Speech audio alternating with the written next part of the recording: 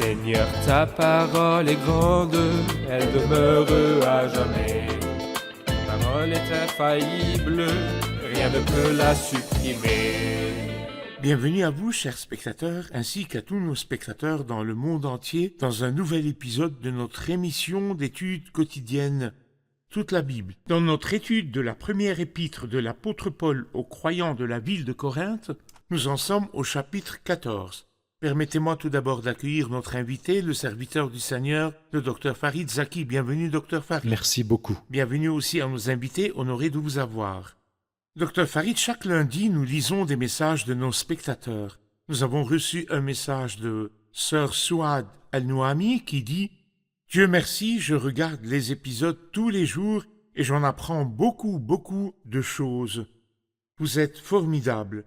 Nous vous remercions d'être une source d'enseignement pour nous, car nous ne trouvons pas ici, dans notre pays d'exil, personne pour nous enseigner la parole. Je prie pour vous et pour tous les frères qui participent avec vous à l'émission. Nous remercions Dieu de nous avoir donné l'occasion de propager la parole du Dieu vivant, nourriture quotidienne dans le monde entier. Il y a de la nourriture dans la parole. Nous vous remercions pour votre message et votre encouragement. Il y a un message d'une sœur nommée Leia Yann Georgios du Canada qui dit « Merci pour cette merveilleuse émission et pour la grande connaissance que vous nous apportez. Je vous remercie d'avoir répondu à ma question et j'en ai une autre.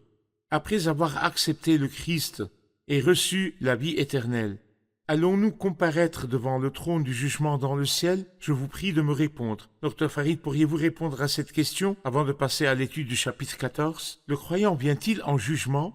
Le croyant ne vient pas en jugement, bien sûr. Comme le précise Jésus dans Jean 5, 24, « En vérité, je vous le dis, celui qui écoute ma parole et qui croit à celui qui m'a envoyé a la vie éternelle. Il ne vient pas en jugement, mais il a passé de la mort à la vie. » La question de notre sœur vient peut-être d'avoir confondu les croyants qui se tiennent devant le tribunal du Christ pour rendre compte de ce qu'ils auront fait dans leur vie et aussi pour voir la grâce de Dieu qui les a ramenés de l'éloignement du mal et les a accompagnés sur le chemin de la foi. Elle a confondu cela avec la comparution des méchants devant le grand trône blanc.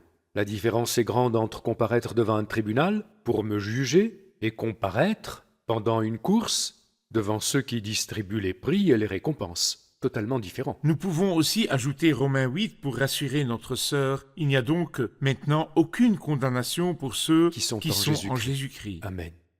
Quel est le sujet du chapitre 14, Dr Farid?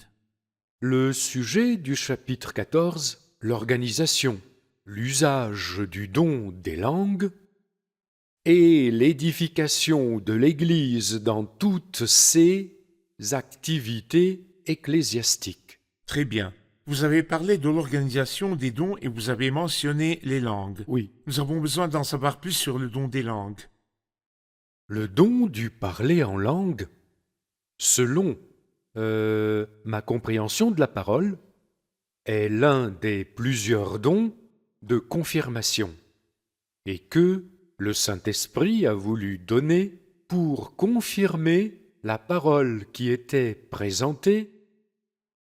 Et l'inspiration n'était pas encore complète, les apôtres évangélisaient, donnaient des enseignements, mais on écrivait encore le Nouveau Testament. Alors il y avait plusieurs dons de confirmation, comme nous l'avons précisé précédemment, et qui accompagnaient la parole. Et le Seigneur travaillait avec eux et confirmait la parole.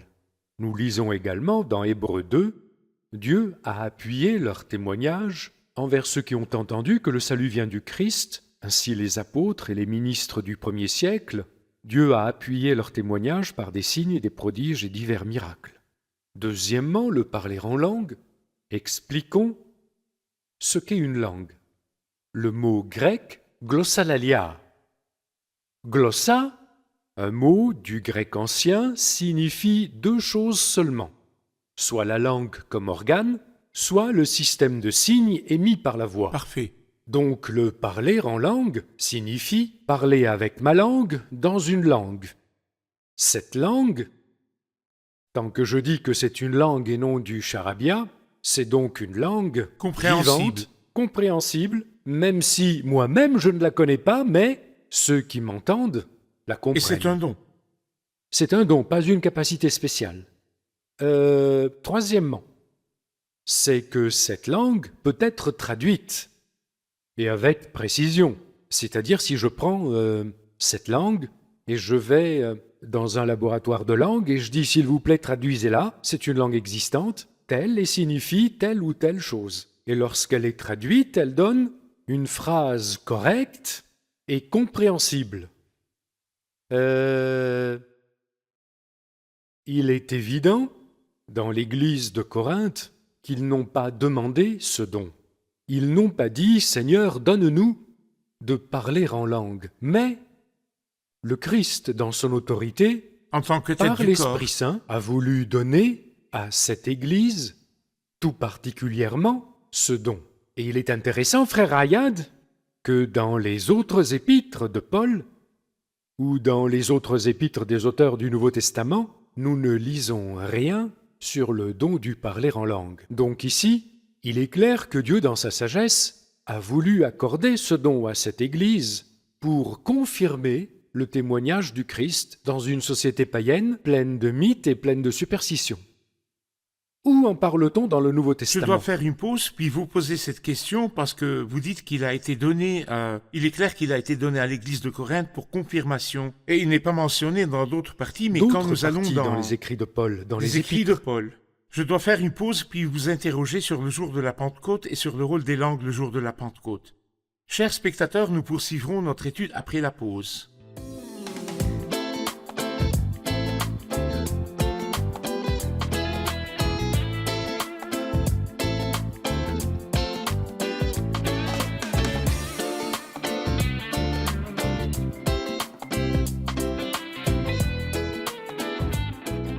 Nous revoici, mes chers amis, pour continuer notre étude sur le chapitre 14 sur le sujet des langues.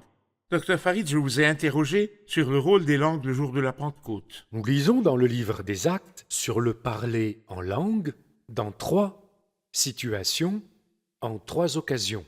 D'abord le jour de la Pentecôte, comme vous l'avez dit, le livre des Actes chapitre 2. Le jour de la Pentecôte, la prédication de l'Évangile était destinée aux Juifs. Et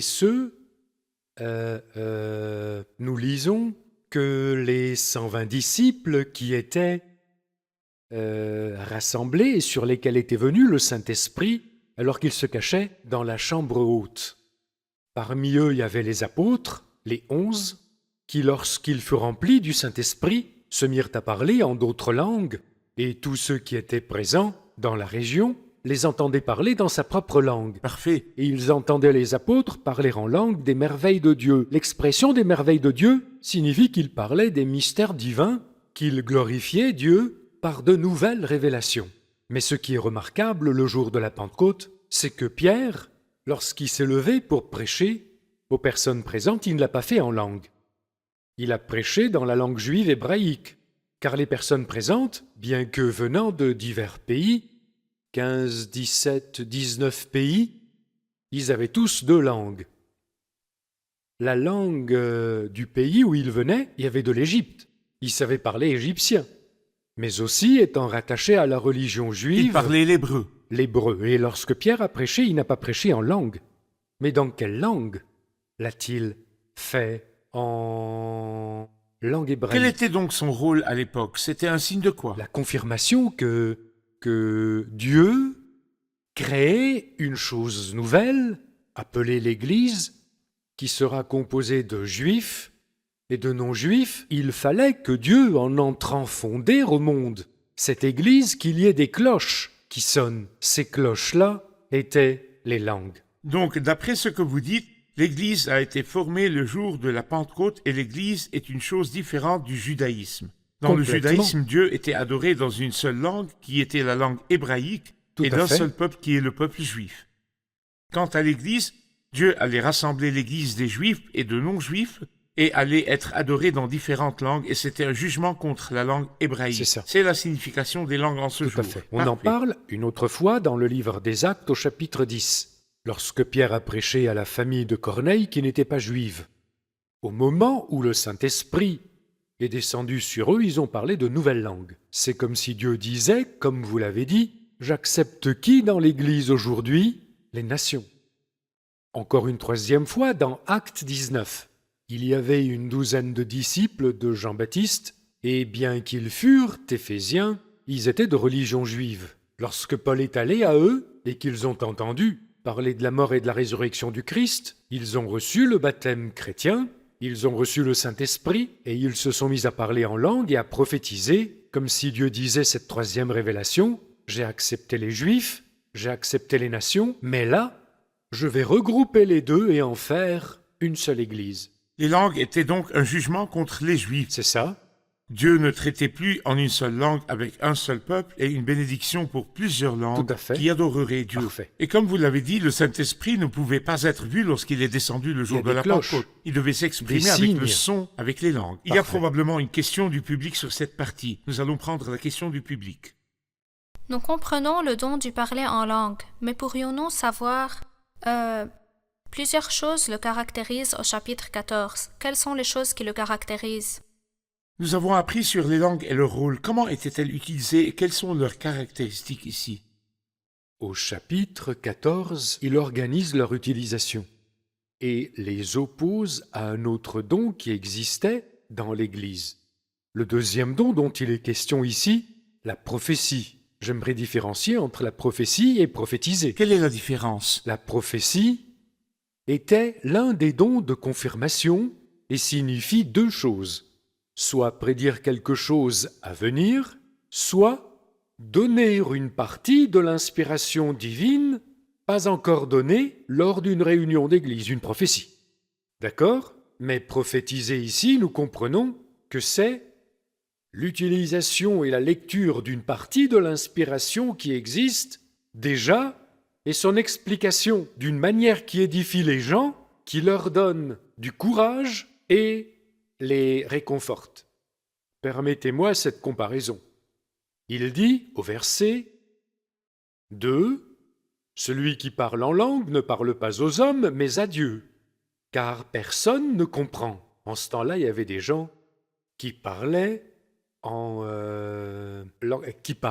langue, ok, pendant qu'ils priaient. Mais les personnes présentes ne comprenaient pas. Et il leur répondait, « Moi je parle avec mon don. » On lui disait, « C'est bon, mais ce que tu dis, c'est ton esprit qu'il dit des paroles mystérieuses. » Ici, mystérieuse ne signifie pas quelque chose de bon. Mystérieuse, ça veut dire que les personnes ne comprenaient pas. Des énigmes. Mais qu'est-ce qu'il dit? Des énigmes. Ok? Celui qui prophétise, au contraire, parle aux hommes. Voyez-vous la différence? Il parle aux hommes, numéro 1, en 3 choses. Édifie, Oui. exhorte, réconforte. Édifier pour comprendre. Exhorter pour encourager. Réconforter pour consoler. Ou, c'est-à-dire qu'il a besoin d'un soutien de Dieu. Ensuite, il continue. Comme ça, nous suivons le thème qui dit que vous êtes pour votre propre bien ou pour le bien des autres. Tout à fait. Prophétiser pour le bien des autres. C'est ça. Passons au verset 14 et 15. Écoutons. En effet, si je prie en langue, mon esprit est en prière, mais mon intelligence est stérile. Que faire donc? Je prierai avec mon esprit, mais je prierai aussi avec mon intelligence. Je chanterai avec mon esprit, mais je chanterai aussi avec mon intelligence. Quelle est la différence entre les deux? Nous l'expérimentons dans nos réunions, en rendant grâce. Ok? Il y a 2 éléments en moi, en tant qu'être humain, qui se rejoignent en rendant grâce, en remerciant le Seigneur. Le premier élément est l'esprit, c'est-à-dire l'état spirituel qui est rassasié en Dieu et qui lui rend grâce. Il ne s'agit donc pas du Saint-Esprit. Non, il s'agit de l'esprit L'esprit humain. humain. Le deuxième élément est qu'avant d'ouvrir la bouche et de prier, Je dois être je conscient. formule ce que je vais dire de façon logique et ordonnée. Consciente. Celui qui prie organise ses pensées et ses mots avant de parler. Sinon, si j'ouvre la bouche et que je commence à parler, ce qui en sortira sera désordonné et Parfait. peut-être sans sens. Parfait. Alors il dit ici, celui qui a la langue dit, non, je vais parler. Avec mon esprit, quoi qu'il arrive, il lui dit d'accord, mais l'autre qui est assis n'en aura rien. C'est ce qui signifie Si je prie en langue, mon esprit est en prière, mais mon intelligence est stérile. Et que veut dire ici stérile? C'est-à-dire que celui qui est là devant moi, les mots que mon intelligence prononce ne me donnent pas de fruits. D'ailleurs, le mot fruit ne signifie jamais un fruit pour son détenteur. Mais le fruit est pour qui? Pour les quelqu'un autres. d'autre. Alors il dit, permet à cet autre dans l'Église d'y bénéficier. Bon, permettez-moi de faire une pause Ok. puis de continuer notre étude. Chers spectateurs, je vous retrouve après la pause. Ne quittez pas.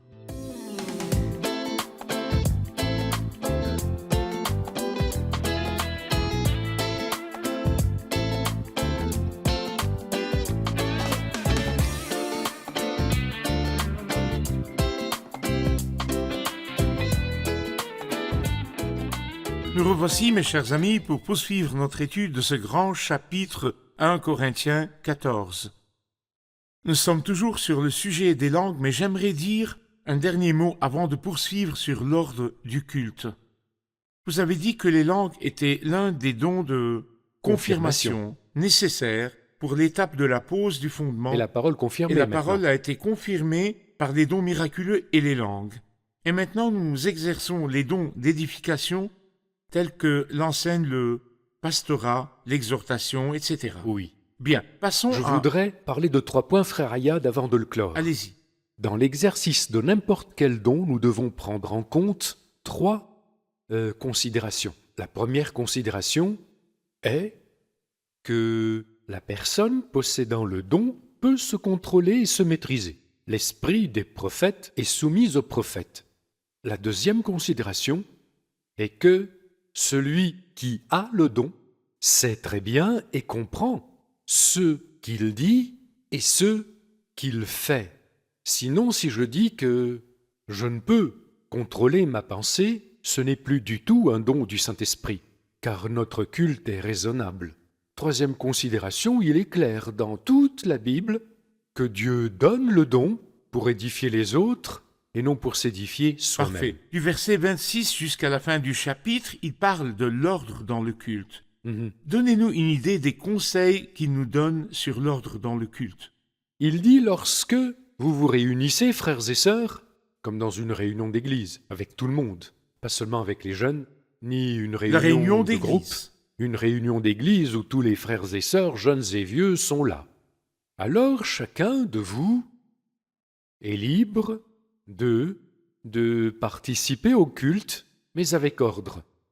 La liberté, ce n'est pas l'anarchie. L'esprit est libre d'utiliser qui il veut. Exactement. Et quand l'esprit utilise qui il veut, il ne laissera pas 3, 4, 5 personnes parler en même temps. Exactement. Chacun de vous peut apporter un cantique, et cantique signifie soit du livre des psaumes, soit une expérience spirituelle pédagogique qui enseigne une langue, une révélation, une interprétation, et j'estime que ces choses étaient existantes à Corinthe. Mais maintenant, dans la réunion d'église, moi, personnellement, j'estime que cela n'existe pas parce que ce sont des dons de confirmation, une révélation. Bon, des langues, on en a parlé. Qu'est-ce qu'une révélation dans une réunion d'église? À l'époque, la révélation était une révélation à un frère assis. Ça veut dire quoi? Le Saint-Esprit révèle une nouvelle partie de l'inspiration à une personne. Au stade de la rédaction de l'inspiration, En phase elle n'était d'écriture. pas complète. Et pas terminé. Parfait. OK? L'important, c'est que tout se fasse pour l'édification. C'est pourquoi il organise après cela. Y en a-t-il qui parlent en langue? Que 2 ou 3 au plus parlent, chacun à son tour, et que quelqu'un interprète. Bon, s'il n'y a pas d'interprète, qu'on se taise dans l'Église. Quant aux prophètes, que 2 ou 3 parlent et que les autres évaluent leur message, parce qu'ils transmettent les paroles de Dieu. Alors ceux qui sont là à écouter et demandent si c'est vraiment du Seigneur, si ça vient de l'Esprit Ce de sont Dieu. les personnes qui exercent le ministère de la parole dans l'Église. Le ministère de la parole dans l'Église. Parfait. C'est bon que d'autres évaluent. Ça veut dire 2 choses. Que l'assistance est vigilante, perspicace, et aussi que celui qui parle doit assimiler l'idée que ceux qui l'entendent n'évaluent pas son discours ou son style, non, mais la matière présentée, si elle est bonne ou pas. Parfait. C'est à assimiler. Parfait. Vous avez dit que toute l'Église réunie est Toute l'Église, tous les membres de l'Église sont libres de participer au culte parce que tous les croyants sont devenus des prêtres et le prêtre offre des sacrifices. Mais il y a dans l'Église des dons que le Seigneur accorde aux croyants pour qu'ils puissent annoncer la parole et vous avez dit que 2 ou 3 parlent et que les autres évaluent leur message. Mais j'ai l'impression que le public a une question et qu'il est impatient de la poser. Un petit point pour conclure. Car Dieu n'est pas un Dieu de désordre, mais de paix. Parfait, parfait. Une question du public. Lorsqu'il dit que vos femmes se taisent dans les assemblées, comment devons-nous comprendre ce verset? S'adresse-t-il aux frères de Corinthe ici? Parce que nous savons qu'il y avait des prêtresses qui adoraient des dieux païens et autres. Il pourrait donc s'agir d'un conseil aux Corinthiens. Qu'est-ce que cela signifie de l'appliquer maintenant? Ensuite, il dit vos femmes et non les femmes. Ce conseil était-il limité à eux ou à toutes les églises? Et d'une manière générale, lorsque nous voyons des conseils de ce genre, comment comprendre s'il s'adresse à nous maintenant ou c'était pour une époque déterminée? Une question très importante, Dr Farid. Allez-y. Selon notre compréhension de la parole de Dieu, juste avant cette phrase, l'apôtre Paul a inséré une phrase très claire. Comme dans toutes les églises des saints. Ainsi, tout ce qu'il dit, qu'il s'agisse de ce qui précède, sur le parler en langue ou l'ordre dans l'Église, ou la phrase qui la suit, qui parle du rôle de l'Église, du rôle de la femme dans l'Église, il dit « Ce que je dis là ne se limite pas à vous, habitants de Corinthe, mais je donne des enseignements à toutes les Églises, en tout lieu et à toute époque. » Et il le confirme. Que dit-il? Il dit « Serait-ce de chez vous que la parole de Dieu est sortie, ou est-ce à vous seul qu'elle est parvenue ?»